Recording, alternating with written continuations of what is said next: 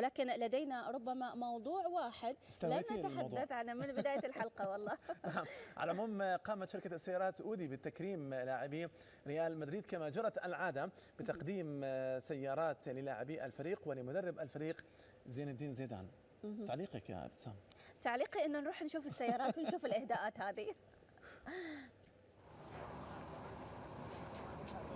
مثلما درجت العادة سنويا، قامت شركة أودي بتقديم السيارات الرسمية للفريق الملكي ريال مدريد بحضور رئيس النادي فلورنتينو بيريز ومدير عام شركة أودي في إسبانيا غيرمو فادا.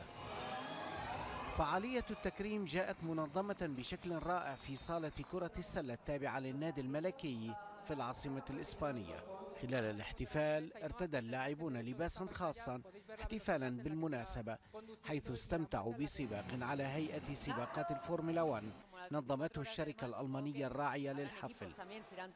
وعقب التقاط صور الفائزين بالسباق والصورة الجماعية التقليدية خارج الصالة، تم تبادل الهدايا بين نادي ريال مدريد وشركة أودي، حيث قدم فلورنتينو بيريز قميصا رسميا لرئيس شركة فولكسفاجن في إسبانيا فرانسيسكو بيريز بوتيا، وآخر لغيرمو مادا، فيما تلقى هدية مقود بطل العالم عام 2016.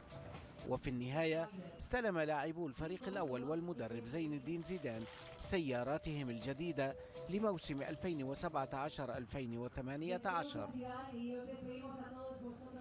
بالمناسبة الشباب في الجاليري أيضا استهواهم هذا الموضوع وكانوا يتكلموا عن جمال الألوان. نعم، جمال الألوان بكل تأكيد، ولاعبي الريال يستحقون جمال ألوان السيارات أكيد. نعم. بكل تأكيد لاعبي ريال مدريد يستحقون بكل تأكيد هذه السيارات وهذه المكارم الكبيرة على المستوى الكبير، سواء في دوري أبطال أوروبا أو في الليغا. الموسم الماضي هذا الموسم الريال ليس الريال كما شاهدنا. على العموم الآن إلى حدث في مثل